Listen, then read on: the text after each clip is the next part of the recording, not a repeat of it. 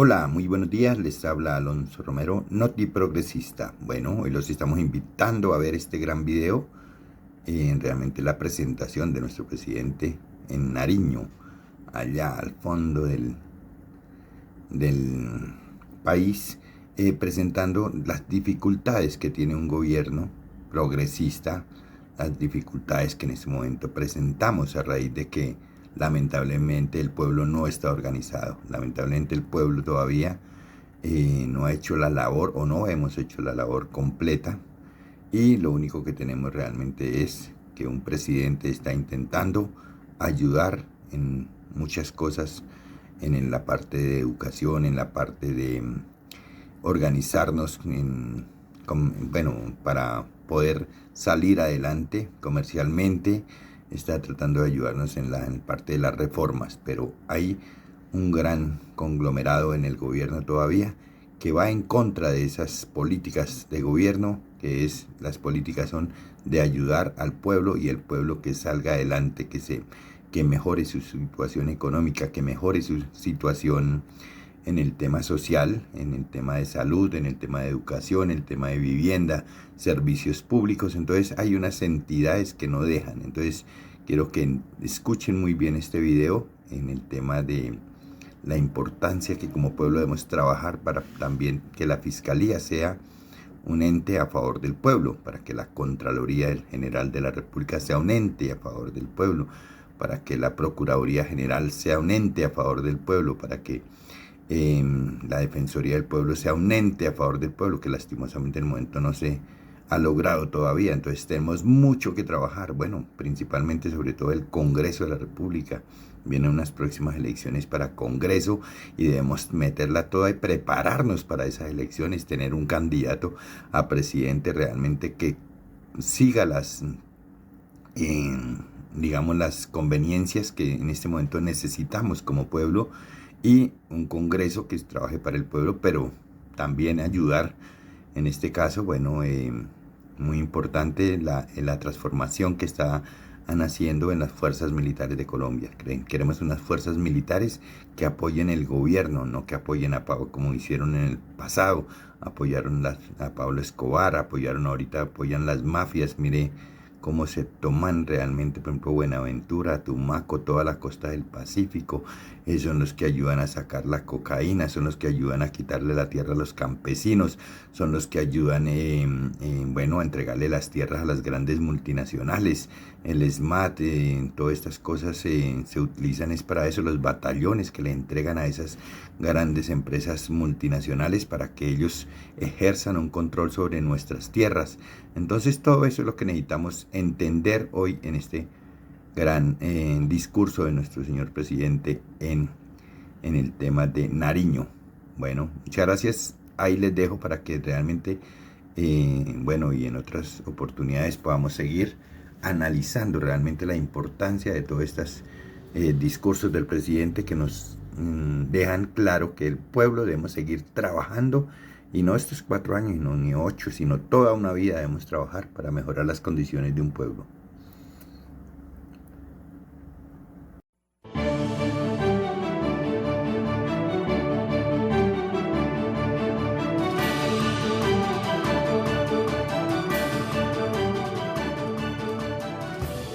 Un saludo a todas las lideresas, líderes sociales, comunales, campesinas, defensores del medio ambiente, representantes de las comunidades afrodescendientes, indígenas, población LGTBIQ+, vicepresidente de la República de Colombia y ministra de Igualdad y Equidad, señora Francia Elena Márquez Mina, su compañero Yerney Pinillo, gobernador del departamento de Nariño, Luis Alfonso Escobar Jaramillo, alcalde del Distrito Especial de San Andrés de Tumaco, Félix Henao Casanova, ministras, ministros, directores y funcionarios del Gobierno Nacional, congresistas de la República, medios de comunicación, y en general a toda la comunidad que nos acompaña en el día de hoy.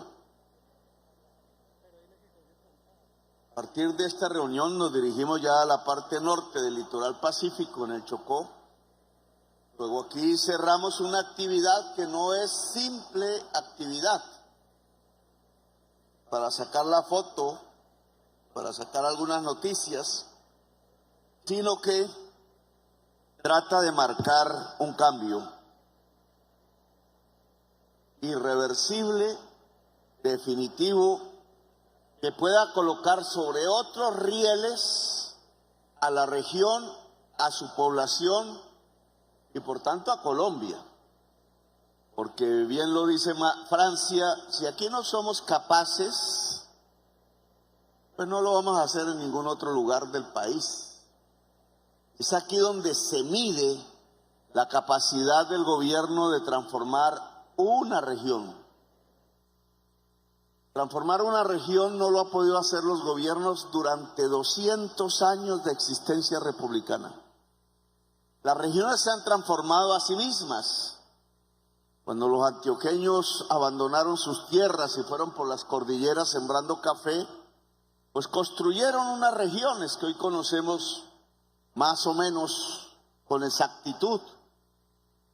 Cuando otro tipo de poblaciones fueron expandiéndose, por ejemplo, en el caso de Bogotá, por la sabana de Bogotá o hacia el sur, en la misma sabana, fueron construyendo una metrópoli. La enorme ciudad de Bogotá, hoy con 8 millones de habitantes, eso en realidad no lo hizo los gobiernos.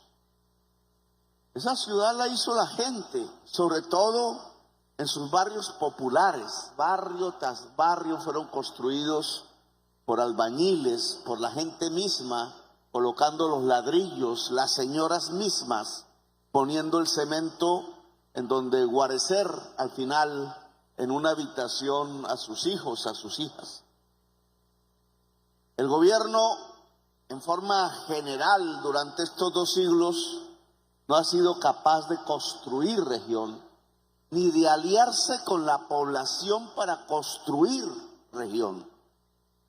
Ha hecho otro tipo de alianzas.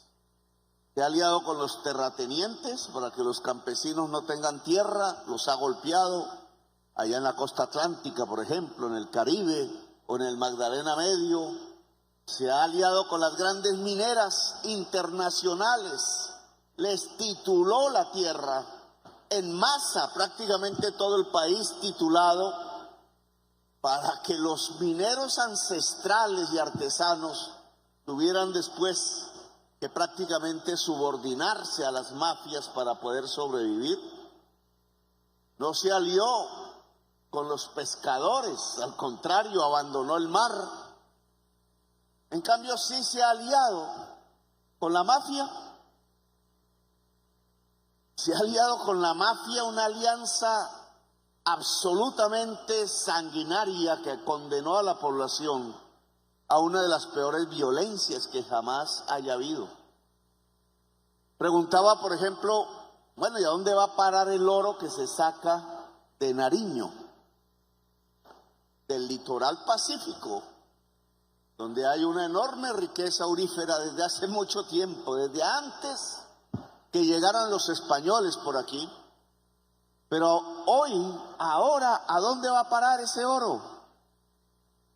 Ese oro resulta que aparece en las cuentas nacionales como si se hubiera extraído en Antioquia, particularmente en Segovia. El oro por rutas clandestinas que el ejército podría detectar porque va en camión. Y un metal se detecta con un detector de metales y hay detectores de oro, pero sin embargo no se detecta. Va desde las costas de Nariño, coge la carretera, llega hasta Antioquia, el nordeste antioqueño, y allá unas empresas lo venden.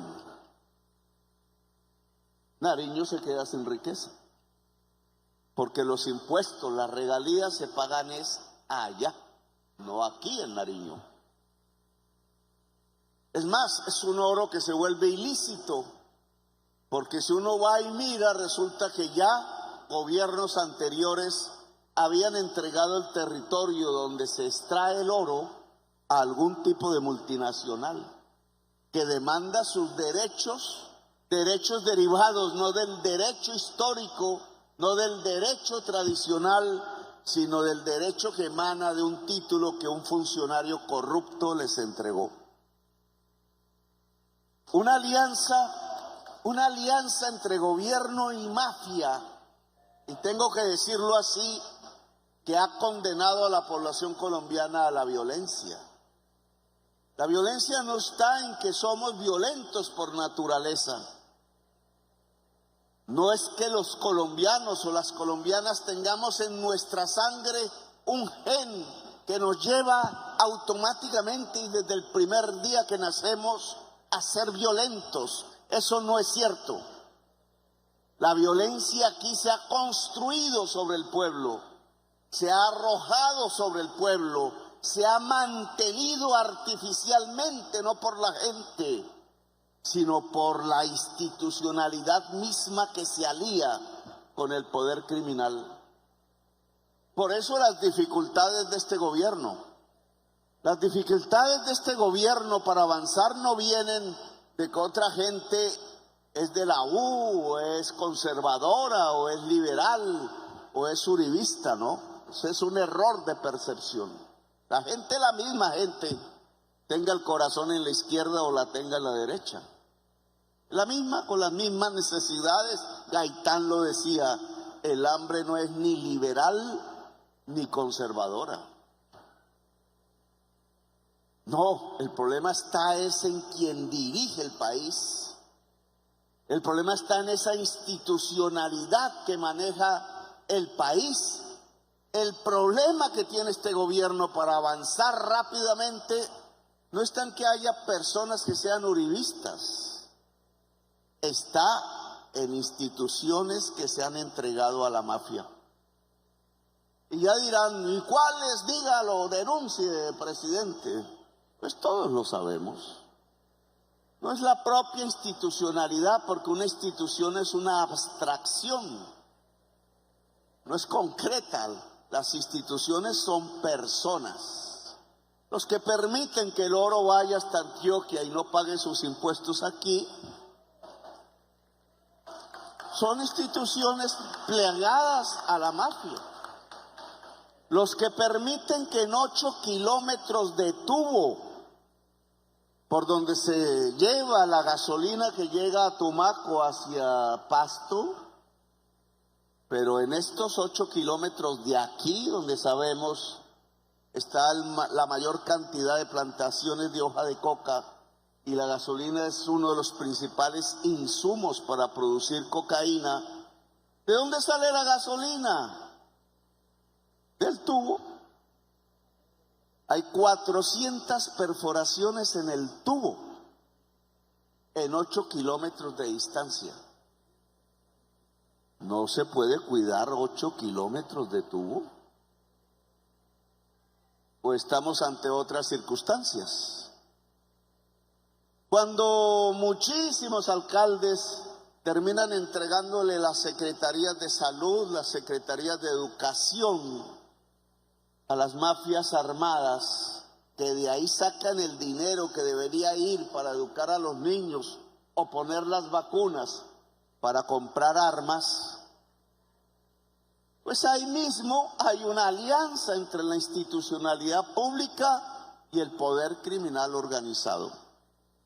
Y si eso se profundiza más y más, si llega hasta los ministerios, si se toma la presidencia, si se toman las cúpulas de que ordenan la institucionalidad en Colombia en sus 3 poderes, pues no solamente tenemos que el tubo que sale con gasolina de Tumaco hacia Pasto está agujereado 400 veces, y al lado y lado las piscinas donde sacan el petróleo para transformarlo en gasolina, con destino no al carro ni a la moto, sino al laboratorio de cocaína. Pues además los responsables de ese negocio no van a ser juzgados, no van a ser investigados, porque también sectores de la justicia se han plegado a la mafia. Descubrimiento periodístico: el puerto de Buenaventura se usa para exportar cocaína. Descubrimiento periodístico: algunos funcionarios de la justicia organizaban la manera como el puerto de Buenaventura se entrega a la mafia para que exporte cocaína. ¿Cambia la situación o no cambia? Pues nuestra obligación es hacerla cambiar, denunciarla, mostrarla a la sociedad colombiana para que sepa qué es lo que está pasando en Colombia. En Colombia está pasando que las fuerzas que quieren un nuevo país decente, trabajador y pacífico se enfrentan a unos obstáculos que nacen de una fuerte alianza política entre funcionarios estatales y narcotráfico. Eso lo decía Luis Carlos Galán hace décadas y lo mataron por decirlo. Pues eso que dijo Luis Carlos Galán como una denuncia es una realidad en Colombia. Resisten para que no haya investigación, para que no haya culpables, para que no haya una transformación real del territorio. Quieren condenar el litoral pacífico de Colombia a la violencia, cueste lo que cueste, porque saben, y lo saben desde altas esferas del Estado, que si el litoral pacífico se desarrolla, entonces no habrá oportunidades para negocios. Los negocios oscuros desaparecen cuando la luz alumbra, y la luz alumbra cuando la gente puede prosperar en tranquilidad y tiene paz. La paz es un negocio. La paz se ve como un enemigo de los negocios clandestinos, oscuros, que por miles de millones de dólares se hacen en los territorios, en los campos de Colombia y con el país mismo. Hay una institucionalidad ya de las mafias. Hay un modus operandi, hay una cultura. Nos llevan como rebaños al matadero porque no les interesamos ni les interesa la región. Por eso tenemos que hacer un cambio. Ese cambio tiene que ir al corazón de este asunto. Hemos dicho que salir de una economía ilícita implica construir una poderosa economía lícita. Ese es el juego al que estamos abocados en términos de política pública, de decisiones personales y decisiones políticas. ¿O somos capaces de construir en el litoral pacífico economía que le permita enriquecerse en el término sano a la población del litoral pacífico, negra, indígena o mestiza? O Colombia desaparece. El concepto nacional se acaba, porque ya cada pedacito del territorio tiene dueños que no nacieron aquí. Carteles mexicanos ligados con pseudoguerrilleros, levantando las armas y aliados con sectores del Estado, cuyos jefes se están llenando de fortunas inmensas a partir de que negros y negras se mueran en el litoral, jóvenes indígenas terminen descuartizados y el terror inunde las comarcas del litoral. Eso es lo que queremos cambiar. Eso implica una mentalidad diferente, tanto en ustedes como en nosotros. Saber cuáles son los peligros. No por nada balearon el carro del alcalde. Aún nuestro jefe de la unidad, ¿cómo se llama?, de protección, no cambia el carro. El carro tiene que andar por las calles llevando al alcalde a los ojos de todo el mundo, por todos los barrios de Tumaco, agujereado con las balas. ¿Qué creen que piensan los turistas? ¿Qué creen que piensan los niños que se están criando en este momento en los mismos barrios de Tumaco? Es que es así. Es que lo normal es que un alcalde transite con un carro agujereado por las balas que lo querían matar. ¿Por qué atentaron contra el alcalde? Porque no se arrodilla a las mafias. Los de antes sí lo hacían. Los de antes sí lo hacían. Pues estamos de frente a donde nos toca actuar. Es ahí donde nos toca actuar. El ejército, la fuerza pública tiene que cambiar la mentalidad. Lo que necesitamos es un ejército antimafia, punto. Necesitamos una policía antimafia. Porque si tenemos un ejército y una policía y una armada y un gobierno antimafia, entonces tenemos una fuerza pública pro nación, pro Colombia. Es así como se construye la patria. Queremos ver destruida la patria, no es sino dejarlos hacer. Los señores mexicanos, los señores albaneses llegan a Tumaco, pero no a bañarse en el mar, sino a hacer negocios. Y lo que traen esos negociantes no solamente es dinero, no solamente son buenas intenciones, no traen ninguna. Lo que traen esos buenos negociantes son armas. Y las armas solo sirven para una cosa: matarnos entre nosotros. Son los colombianos, sobre todo jóvenes, los que nos matamos entre sí. Ellos se llevan la merca, ellos la vuelven dólares y nosotros quedamos con la sangre, con el territorio destruido, con el joven descuartizado, con la masacre y con el odio. Ese no es un negocio para nosotros.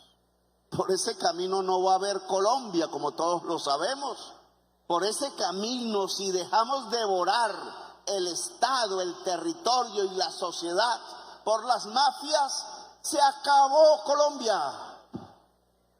Y por tanto, cada soldado de la patria, cada agente de policía, cada ciudadano, cada ciudadana que sienta en el corazón el país, tiene que saber que hay otro camino para reconstruir la patria, que se llama decencia, honestidad, trabajo y paz.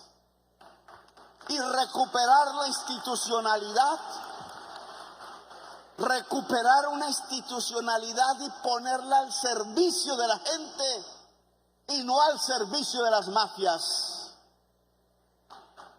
Claro que yo sé que se está dirimiendo alrededor de quién es la próxima fiscal general de la nación. Está en el corazón de esta lucha precisamente. Si la fiscalía investiga a las mafias o las mafias se toman la fiscalía, así de simple. Y eso tiene que decidirlo es la sociedad colombiana. Claro que yo sé las luchas intestinas, los voceros que salen de vez en vez hablando de tumbar al presidente. Sé por qué quieren tumbarlo.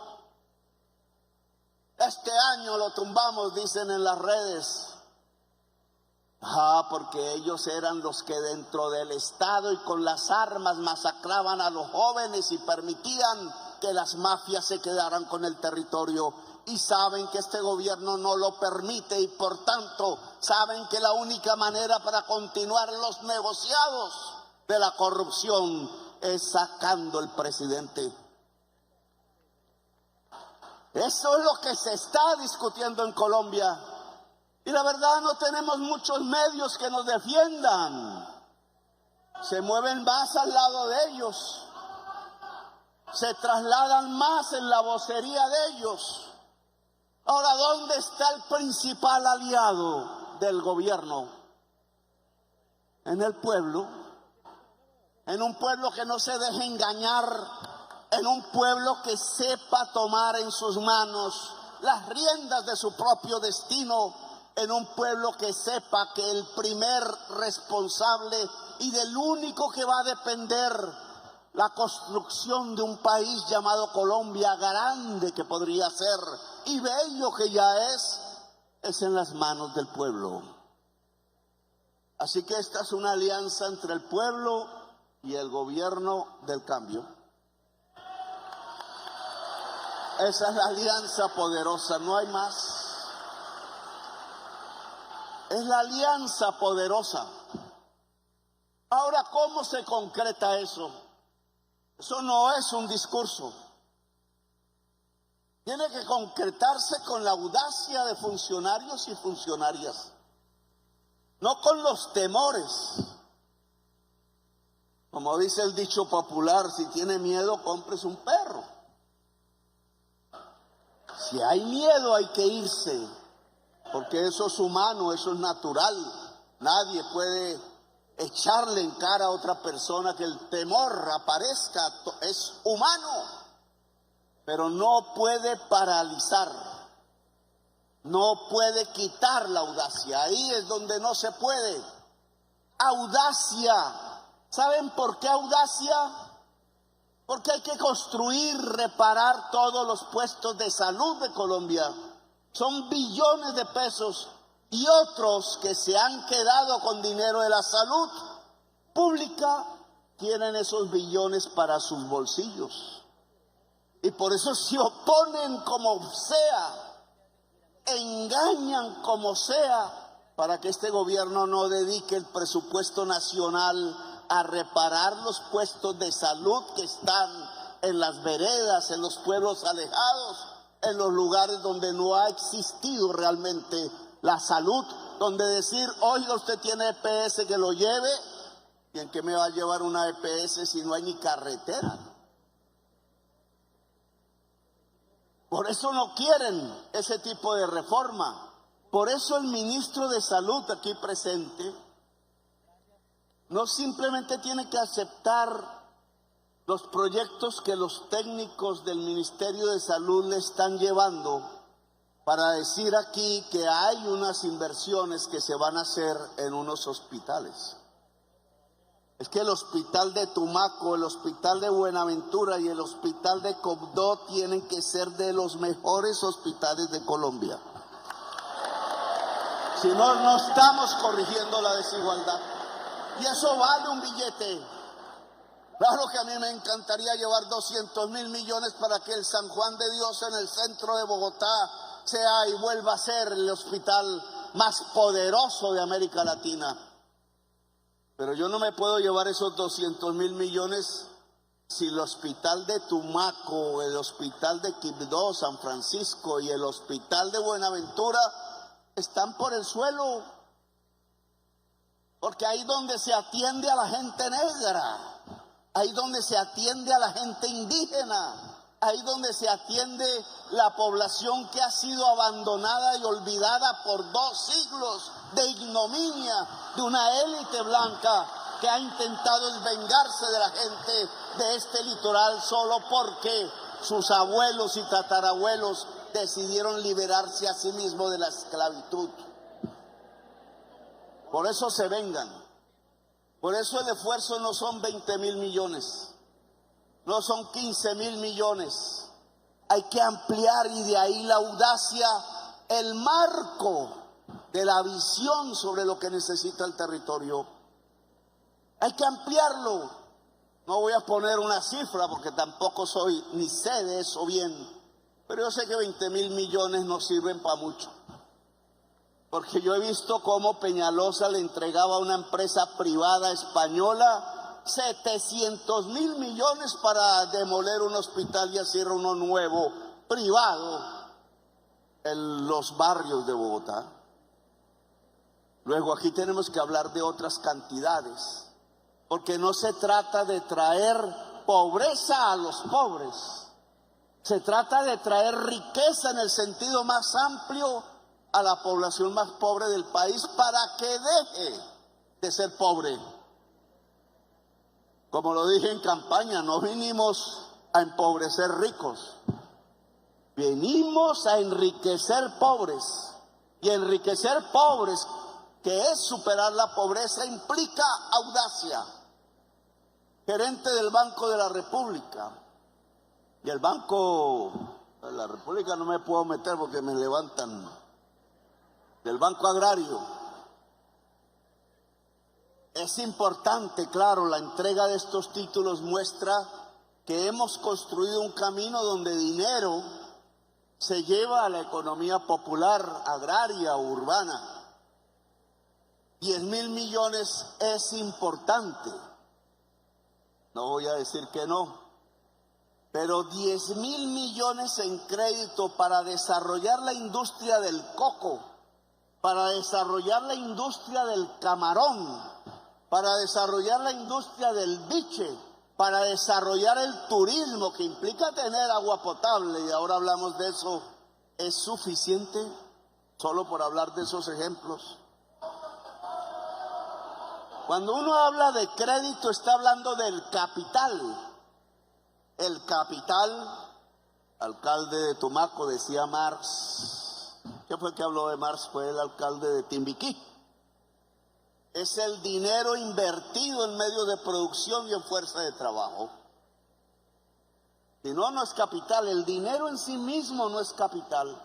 Pero el dinero si el dinero se invierte en golosinas, no es capital.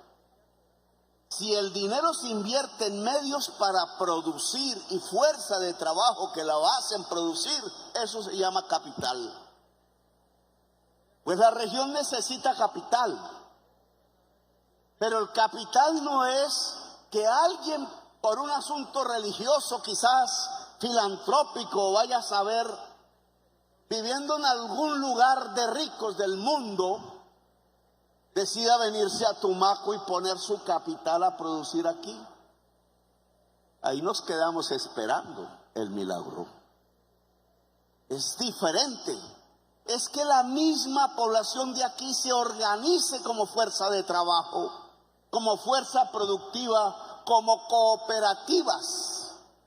Hay que tener las cooperativas del coco, hay que tener las cooperativas del camarón, hay que tener las cooperativas de la pesca, hay que tener las cooperativas del biche, etcétera, etcétera. Y hay que entregarles entonces el dinero para que se vuelva capital, pero no son 10.000 millones. Bajito, aquí debería entregarse $500 millones de pesos al año. Que no es un regalo, porque si un crédito se devuelve, todos sabemos. Solo que mueve la máquina de la producción. Si se mueve la máquina de la producción legal, estamos atorando la máquina de la producción ilegal. Este es un juego de suma cero. Si yo quiero dejar que el litoral pacífico siga siendo la primera región exportadora de cocaína del mundo y por tanto se siga matando su pueblo entre sí, no hay sino que no mover la maquinaria productiva. Dejar que la gente tenga hambre. Ese es el mejor mecanismo para fortalecer el mercado de la cocaína. Si la gente tiene hambre, por obvias razones va a buscar alternativas. Y va a buscar en donde no debería buscar, pero es lo único que hay. El deber de este gobierno es abrir las posibilidades, las oportunidades. Por eso 10.000 millones no basta. Si estamos entregando 26 billones de pesos en crédito agrario, ¿cuánto debería tener el litoral? Por ahí, y 26 es bajo, muy bajo, porque en todo el país se entregan 700 billones. El Grupo Aval, el Bancolombia, toda la banca, 700 billones anuales. ¿Cuánto le llega al litoral? 10.000. Pues vamos a ser cada vez más pobres. Estas cifras son las que se tienen que aterrizar, porque si no, no estamos en la dimensión que necesitamos para la transformación de la región. Yo conocí Tumaco por el tema de la posibilidad del desastre por tsunami. Vine aquí la primera vez, hablé con unos curas y unas monjas franciscanas, creo que eran franciscanos. Todos están muertos, asesinados. Los curitas con los que yo hablé y las monjas las mataron porque estaban con el pueblo, porque organizaban al pueblo, porque lo defendían para su riqueza. Nunca hubo el traslado en Tumaco, ni siquiera el puente del Pindo se ha mejorado. Ustedes saben que el puente del Pindo es la única vía de escape en este momento. Si llegara en estos instantes a producirse un sismo en la falla de San Andrés a 300 kilómetros al frente de aquí, todos nosotros, más toda la gente, tiene que salir corriendo. Y los que están en esa isla tienen que pasar por el puente del Pindo en 15 minutos. Si no, el tsunami llega primero. ¿Qué se ha hecho? Entonces tiene que ser. Cuando uno dice, esos debates, no sé, me acuerdo qué año fue que los hice, tengo que recordar, pero por lo menos fueron debates antes de los debates del paramilitarismo. O sea, eso fue por allá en el 98, 99. Estoy hablando de más de 20 años, quizás 25 años, un cuarto de siglo, y no se ha hecho nada. En 25 años, ¿por qué? Porque allá en Bogotá, en esos palacios, en esas instancias gubernamentales, les importa un bledo la vida de los negros y de las negras. Y a nosotros no nos puede pasar lo mismo. Que el gobernador de Antioquia me va a levantar porque dice que odio a la Antioquia. No, lo que hay es que cambiar las prioridades. Antioquia es un departamento donde creció la mortalidad infantil el año pasado. Fíjense en ustedes, los niños muriendo por desnutrición. Nosotros rebajamos, no tengo aquí la cifra exacta, pero voy a dar el aproximado, de 94 niños muertos por cada 100.000 habitantes en La Guajira a 58. Un cambio sustancial en La Guajira. Demostramos cómo se hace para que la niñez no muera en La Guajira. En este año tenemos que bajar aún más. Y ojalá, como hicimos en Bogotá, llevarla a 0. Porque duelen esos niños que mueren por hambre. Porque en Antioquia subió la desnutrición infantil. ¿No debería haber un cuidado más de la vida que del cemento, pienso yo? ¿No deberíamos estar más pensando en la gente que en el negocio, pienso yo? Si pensáramos más en la gente que en el negocio, el puente del Pindo no debería ser una prioridad, hace tiempos construida, lo cual significa que para este gobierno es una orden. Es una orden. Ya habrá que atraer población hacia el lado continental. Pero el lado continental también se tiene que alistar, porque en el lado continental es donde está el tubo del petróleo agujereado 400 veces.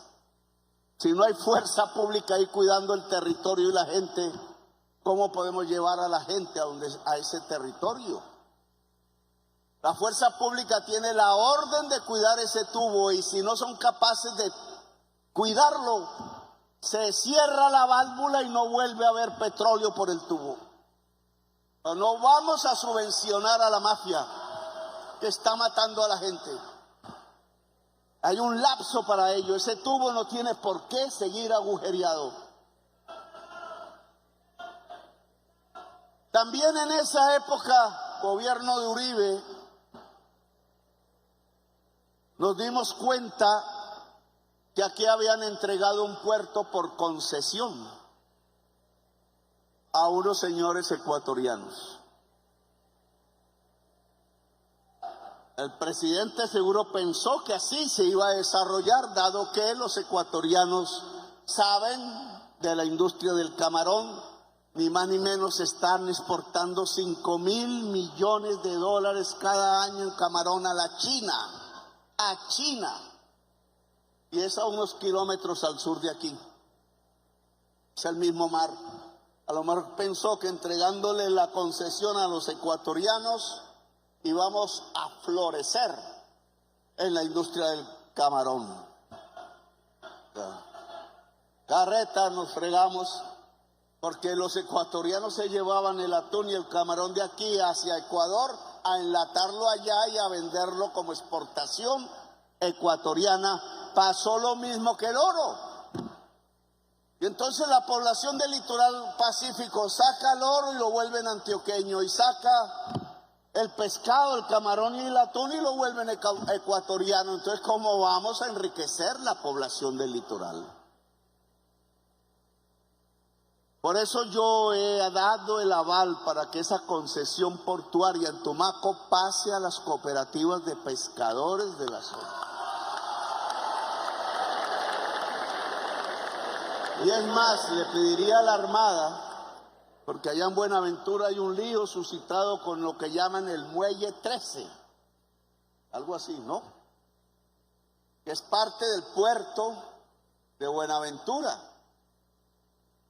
Y los señores que tienen los lotes atrás quieren el lote de la Armada, que es el lote que está junto al mar, y la Armada no sabe qué hacer, pero eso lo define el ministro de Transporte. Porque ahí no hay un puerto pesquero para la gente de Buenaventura. ¿No le entregaríamos un espacio del puerto a la gente que vive en Buenaventura y vive de la pesca? Y si nos queda chiquito el puerto de Tumaco, no. Si pensamos en exportar, porque esa es otra mentalidad que tenemos que cambiar. Entonces, ¿para dónde va el camarón? El atún, para Bogotá, dicen. ¿Y por qué no va para China? China hay 1.400 millones de habitantes que si comen camarón de Tumaco, pues simplemente nos volvimos aquí un Hong Kong, como decía Peñalosa. ¿Por qué no? ¿Por qué el ministro de Comercio no nos organiza las misiones? Primero con los embajadores de aquí. Segundo, llegando allá, viniendo aquí. Si nos fuimos en un avión de nosotros hasta Pekín a hablar con Xi Jinping, y él va a venir a Colombia. ¿Y por qué no estamos organizando la compra del camarón y de los productos del cacao? Precisamente para que a China no lleguen los actores de la producción de la cocaína. Ustedes saben lo que significaría ligar las cooperativas camaroneras, atuneras, del coco, del biche, de la madera, con el mercado chino, con el cual tenemos 14.000 millones de dólares de déficit, que es nuestro principal problema macroeconómico. Aquí no queda un gramo de cocaína si lo logramos, porque tendríamos las posibilidades del desarrollo regional tal como debería ser. El litoral pacífico ligado al litoral asiático, o a los californianos y a los gringos les da vaina que entremos en relación con los chinos, ambos. Pero necesitamos una acción inmediata, rápida. Nos quedan 2 años y medio de gobierno, y es la manera como podemos hacer saltar la región. No para que venga el rico de Colombia entonces ya después de que hagamos el trabajo a localizarse en Tumaco, sino para que la gente misma de Tumaco coja en sus manos, como hicieron los cafeteros paisas antioqueños, la riqueza de su propio trabajo. Así se puede construir una región. No se trata, porque nos atacan de comunistas, de socialistas, que el Estado sea el dueño del medio de producción. Claro, los que nos atacan no tienen ni idea qué es comunismo y qué es socialismo. De paso informo, socialismo es el modo de producir a través del cual el Estado es dueño de los medios de producción. Punto. Pues eso no es lo que estamos buscando nosotros. Nosotros creemos y queremos que los medios de producción estén en manos del pueblo, no del Estado. Por eso el puerto debe ser una concesión a las cooperativas de la gente que trabaja la pesca. Y por eso el muelle en Buenaventura debe ser de las cooperativas genuinas de pescadores de Buenaventura, no de cooperativistas de mentiras que estando con la mafia de atrás aparentan ser cooperativistas para quedarse con el puerto. Eso no. En este gobierno no lo admitimos. Bien, yo me he ido andando en este discurso por varios temas, pero lo que quiero que quede muy presente dentro de la población en general del litoral es que salir de la violencia, tener paz, es igual a salir de la economía ilícita y tener economías lícitas. Que para tener economías lícitas eso no se hace así, sino que hay que construir dos grandes pilares: las condiciones básicas de existencia y las condiciones para producir. Dos, las condiciones básicas de existencia es el agua potable, es la salud, es el saneamiento básico, es tener un techo. Por eso el plan de agua potable, vicepresidente, es agua potable para todo el litoral pacífico. Creo que ahí estamos avanzando, pero los contratos no pueden pasar a la politiquería ni a los contratistas de la politiquería. Entonces, si no, tampoco vamos a tener agua potable, así haya plata. El ejército, a través del batallón de ingenieros, va a construirlos con ayuda de la comunidad y la comunidad misma.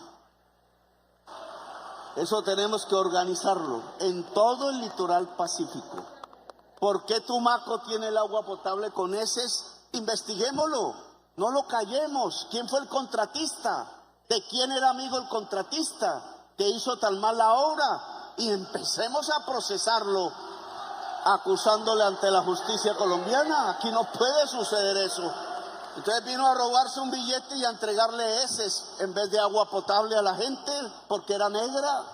No, eso no puede ser. Al pueblo negro se le respeta. Lo mismo la salud, de la cual ya hablé, lo mismo el saneamiento básico, son las condiciones básicas de existencia. Sin agua potable no se puede vivir. Y hay otras que son las condiciones para producir. Entre una y otra, la educación. Le he pedido a la ministra de Educación, que es del litoral, vamos para su pueblo ahora, que es Ismina, Chocó, que nos presente todo el plan en el litoral pacífico de sedes universitarias, de mejoramiento de colegios y de construcción de colegios para que haya un salto educativo en todo el litoral pacífico. Yo no estoy hablando incluso de obras marginales, estoy hablando de hacer una revolución. No tenemos más tiempo para hacer una revolución porque yo ya estoy viejito y me quedé esperando toda la vida hacer una. Así que esta es la oportunidad para hacerla. Es una revolución educativa en el litoral pacífico, que el 40% de los recursos que nos quieren embolatar al interior de los ministerios, que el 40% vaya al Pacífico, sí. Sí, porque es así la única manera de recortar la distancia. Toca así. Entonces no son unas cuantas sedes, es cubrir el territorio. Hay que saber con qué carreras, en dónde, cubrir todo el territorio para mover la aguja de la educación. Y las condiciones para poder producir obviamente tienen que ver con el conocimiento. Si no sabemos Yo aún no me como mucho el tema de que no hagamos más infraestructura del SENA porque nos va a costar más mantenerla que el ingreso del SENA.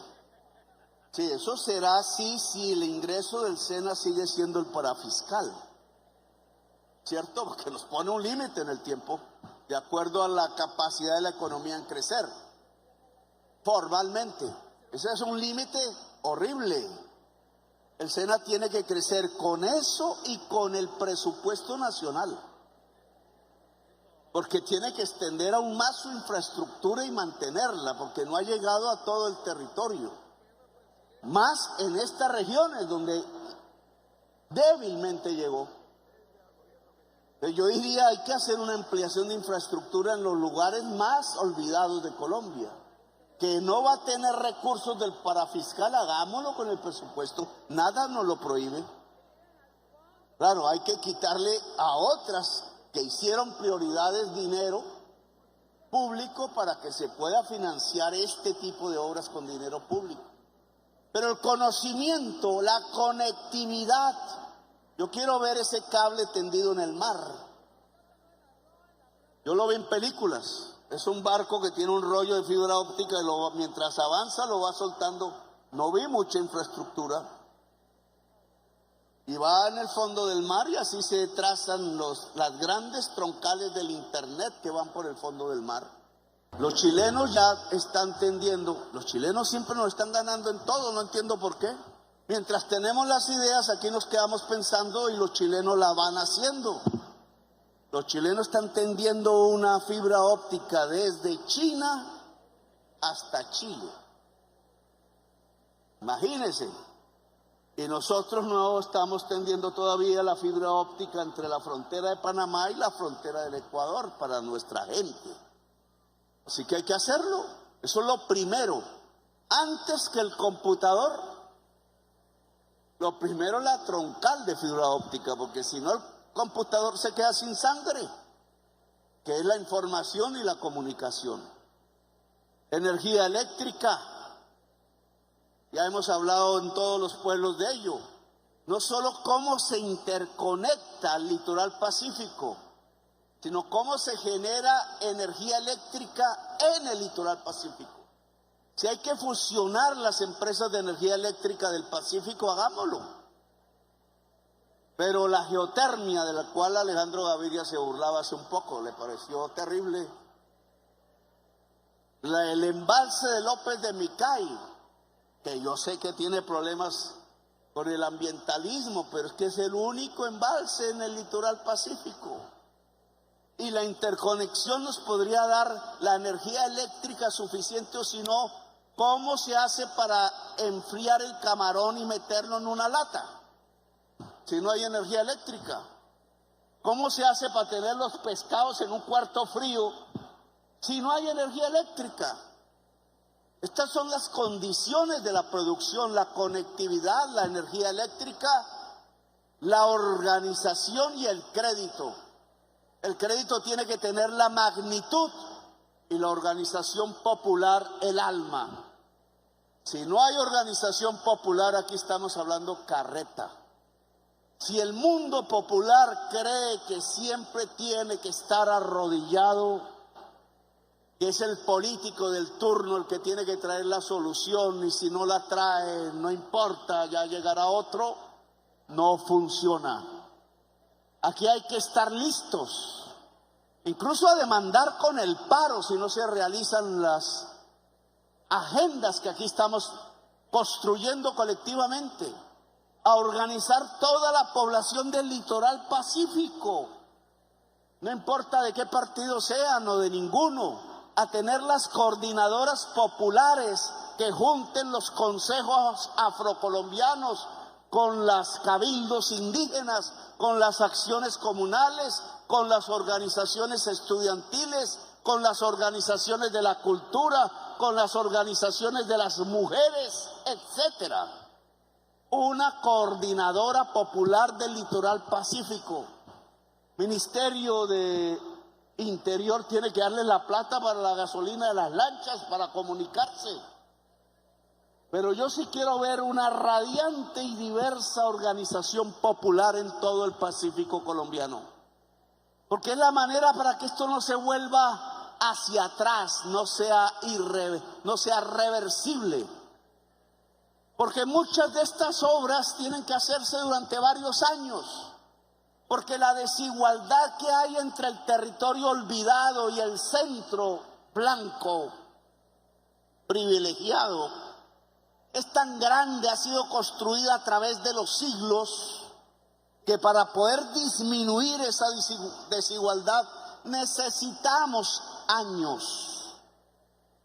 Y eso implica que no puede perecer el programa del litoral pacífico, que sí hay que escribir en un COMPES con recursos y con vigencia futuras, el COMPES del litoral pacífico, para que quede ahí con fuerza de ley. Pero para que eso se vuelva realidad, hermanos, aquí no hay que devolverle el poder a la oligarquía colombiana. Aquí hay que volver a pelear y hay que volver a triunfar. El 2026 tiene que ser como el 2022. Decía alguien por ahí, cuiden el 2022. Ahora me toca a mí decir, cuidemos el 2026. Porque aquí cambió Colombia. Una fuerza pública que esté al lado del pueblo y al lado de la patria. Un gobierno que esté al lado del pueblo y un pueblo que esté al lado del pueblo. Aquí nadie más va a estar al lado de las mafias armadas. La sangre no es para derramarla. Es el líquido más precioso que tenemos. Es la vida y es la paz la que los cuida. Así que vamos por eso. Gracias por haberme escuchado. ¡Que viva Colombia, potencia mundial de la vida!